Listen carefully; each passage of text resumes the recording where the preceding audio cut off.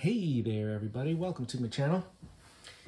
Today I have to make some kokedama for some aloes, possibly my Haworthia here, because they just seem to do better. I don't want to get root rot. Some of them do well in semi-hydro, some of them don't. So just to save myself the issues and the stress, I'm going to make kokedama out of them. So here, just so you guys can see, let me see if it's in the camera. Yes, this is the yarn that I use. I get this from the dollar store, 100% acrylic, just yarn. This is good for complete yarn growing as well. I'll see that there. Any color, doesn't matter.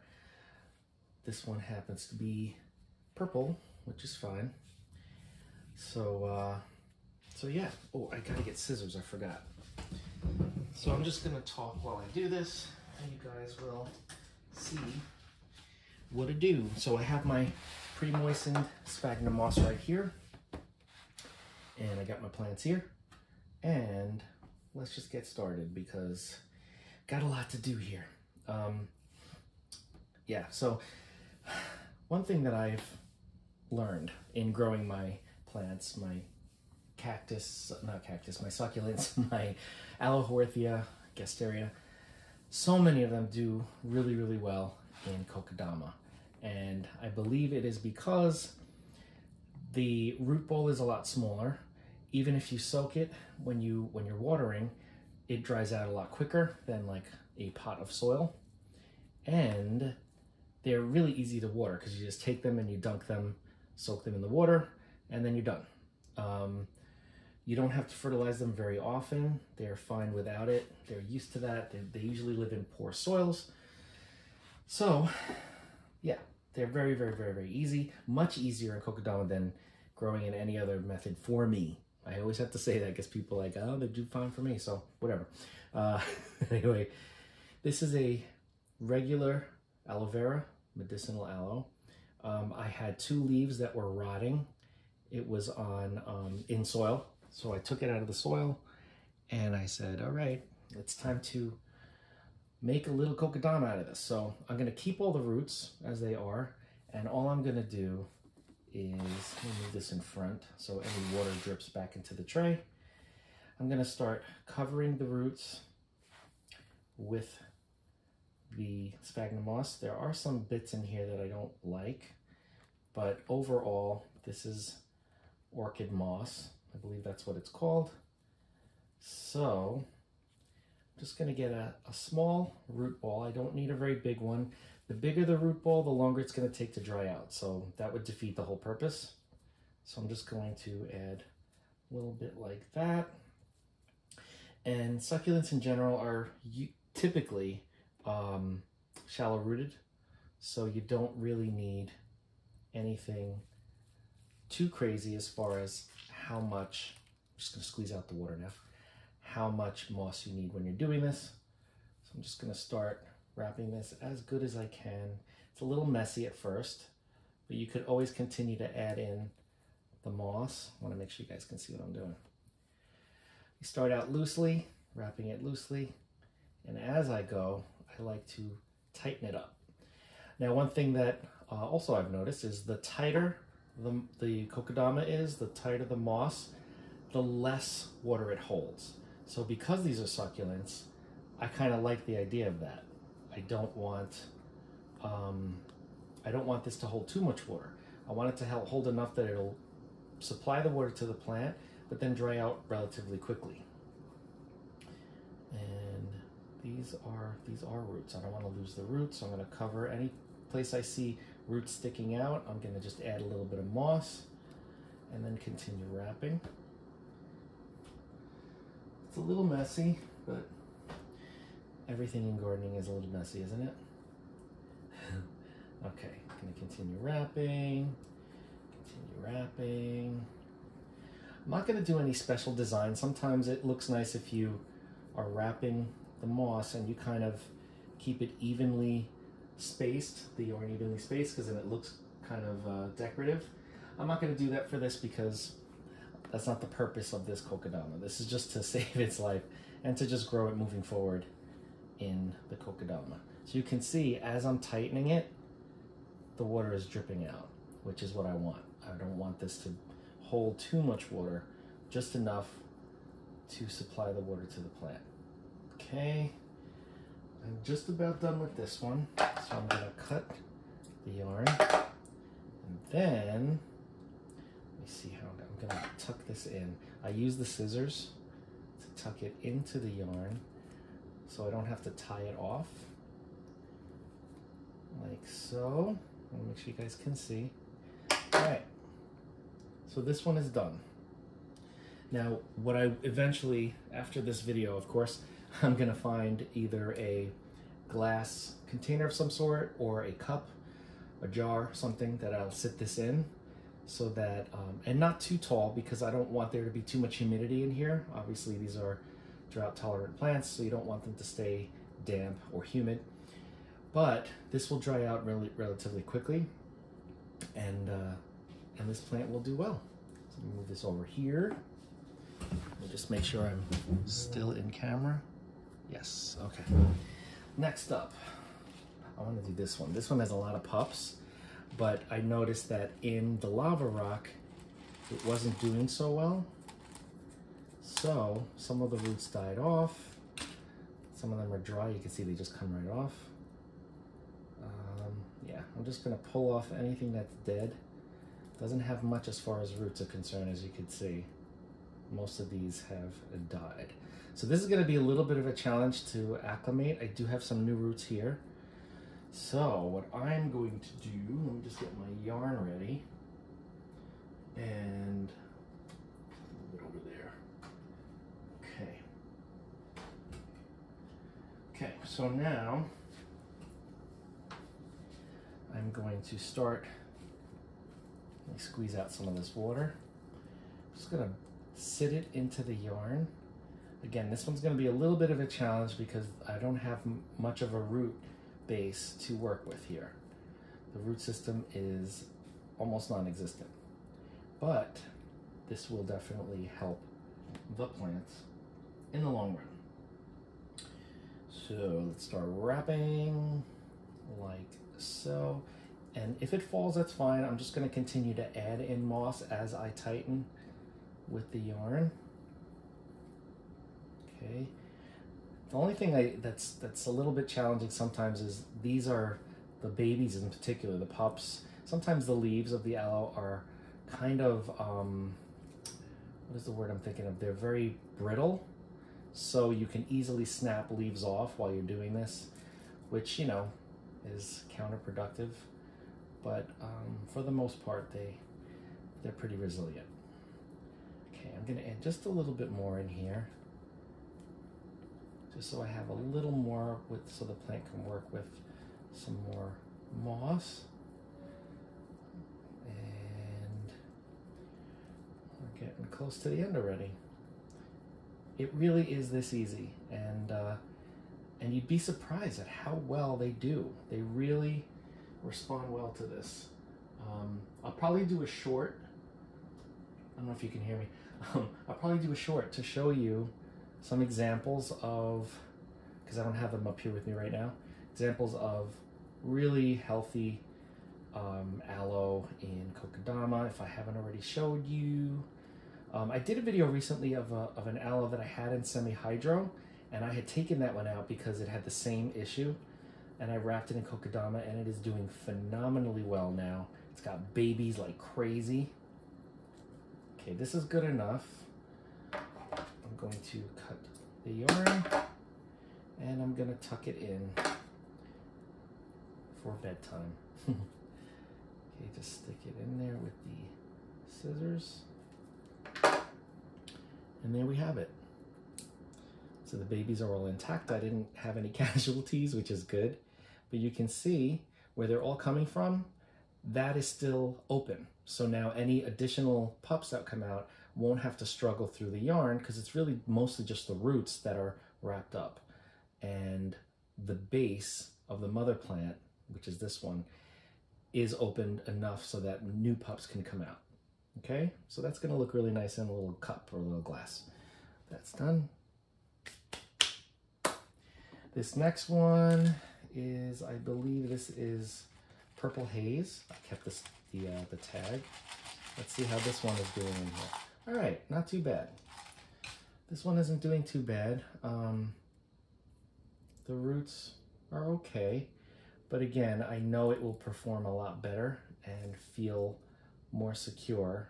Well, I'm assuming it'll feel more secure, but that's what it seems like in a kokedama. So let me cut this dead leaf off, because if I try to pull it off, I'll probably break that pup right off.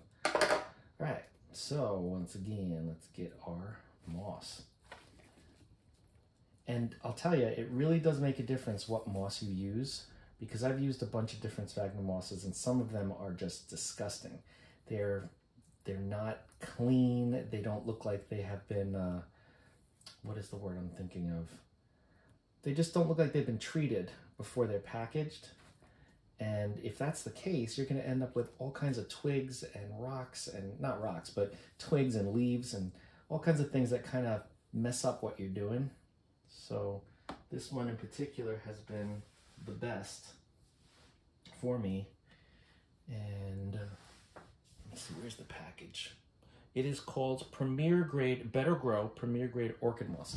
So it's interesting because I use Better Grow Orchid Moss for the kokedamas, and I use Better Grow Plus Orchid Fertilizer as my feed for all my plants. So this one's going to be a little bit messy, but that's okay. It will look fine in the end. Lots of twigs I don't like.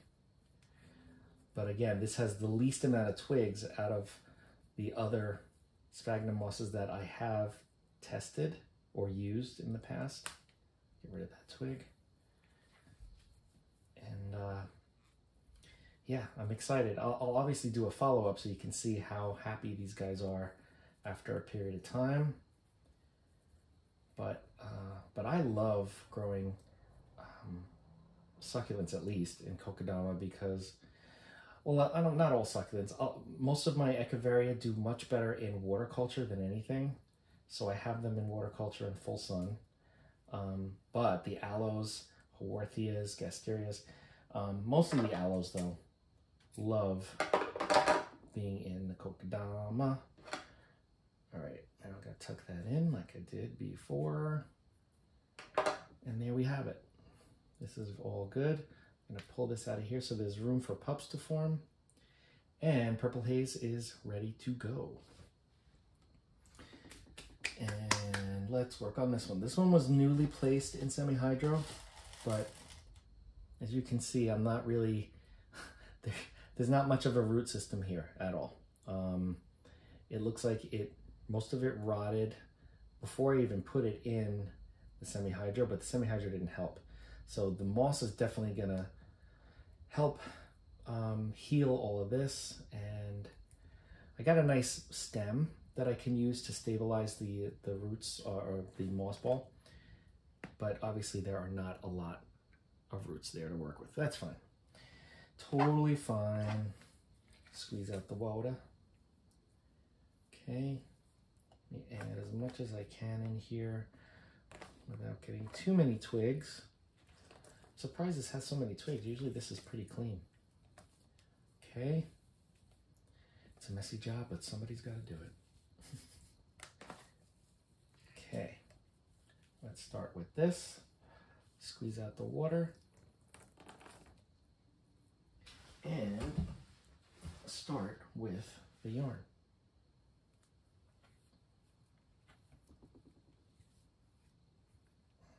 Okay. This is so therapeutic. It really is. I love doing this. I could do this all day. People seem to be interested in these now. I had somebody purchase one. It wasn't an aloe, it was a haworthia. It was a haworthia that's been in a little mini kokedama for a long time. And it's been listed, and finally somebody said, I want it. So I said, take it. And yeah, they're so easy to take care of too. Like honestly, if you don't have a lot of time, but you need to water your plants in kokedama, all you gotta do is take the plant. I'm gonna tuck this in. You just take the plant, and you can even just put it like fill a plastic cup, like, you know, disposable cup with water. Take this, sit it in the water till it absorbs, shake it off, put it back in its home, and you're done. You don't want it sitting in water like for an extended period of time, but this leaf looks loose. But yeah, it will be just fine. And you don't have to water them regularly either. Like, you can let these go, and when they the leaves start to curl, you know, okay, this is very thirsty. And then it'll bounce right back once you water it. And the good thing about it is, yeah, there's gonna be root die-off when it dries, but because it dries so quickly after watering, those roots don't have time to rot, so it won't create a root rot situation, and it'll just start growing new roots. That's the usual cycle. So this one's ready to go. Move out there. And you know what? Last but not least, I'm going to take this Haworthia clump out of here because it's just not doing well. The roots aren't doing well. It's in moss, but the moss has been drying out way too much, probably because I've been forgetting about it. But also, watering it in this planter, this group planter, has not been easy. Yeah, the leaves stay too wet and all that sort of stuff. So let me just wet this moss again, and we're just going to wrap this one up. This one's kind of cool. I like how many babies there are. Lots of pups here. Lots of dead leaves. I can take them off, but it really doesn't matter because it'll just look like part of the moss anyway. We squeeze out the water, and here we go. This one's going to be a little unusual because the roots aren't very long, so I'm going to have to be strategic with how I wrap this, but we will see.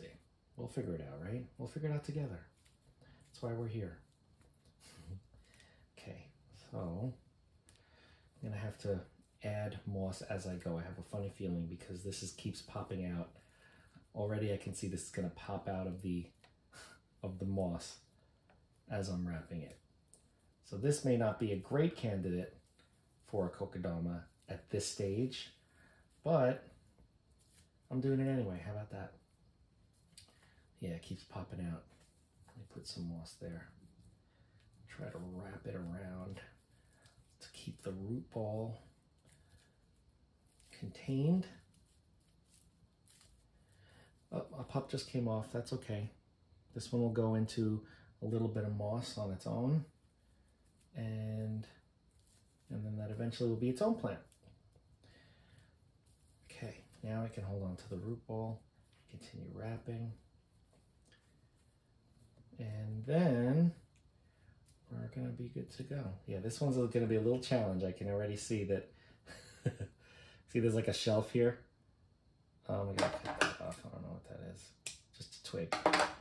So yeah, this is definitely going to be a challenge acclimating because of the positioning of the root system, but that's okay. It's okay. It'll root into here and we'll be just fine. So that's good enough for this one. I'm going to cut it and I'm going to tuck it into here. Yeah. All right, there we go. Oh, almost. Yeah, this one's a little wonky, as you can see. Not the most perfect shape, but that's okay. As long as the roots are in contact with the moss, this should be fine. And this looks actually kind of cool. Looks like a little tree. So yeah, so we are done. We're done with all of these. So let me just clean up a little while we close out this video. If you have any questions about growing aloe, Haworthia, gasteria, anything, any succulents, let's put it that way, in kokedama, leave a comment. We will discuss. I've been doing this for years now, actually, since the beginning of my channel, which has been, I don't know, 3-4 years, maybe 5 years, can't remember. But yeah, I've been making kokedama because it's been, back in the day, it was the only way I could keep my plants alive. Because, you know, we love to over care for our succulents and overwater them, and using kokedama like this really helps with that because you don't have to completely change who you are and how you water your plants. But yeah, it definitely makes it easier, I'll tell you that much. So if you have any questions about growing your succulents kokedama, let me know. If you have any questions about the yarn or the sphagnum moss, and you want more details, I could definitely give you that as well. But yeah, don't forget to like, comment, share, and subscribe. Hit that bell if you want to be notified, and I will see you in the next video.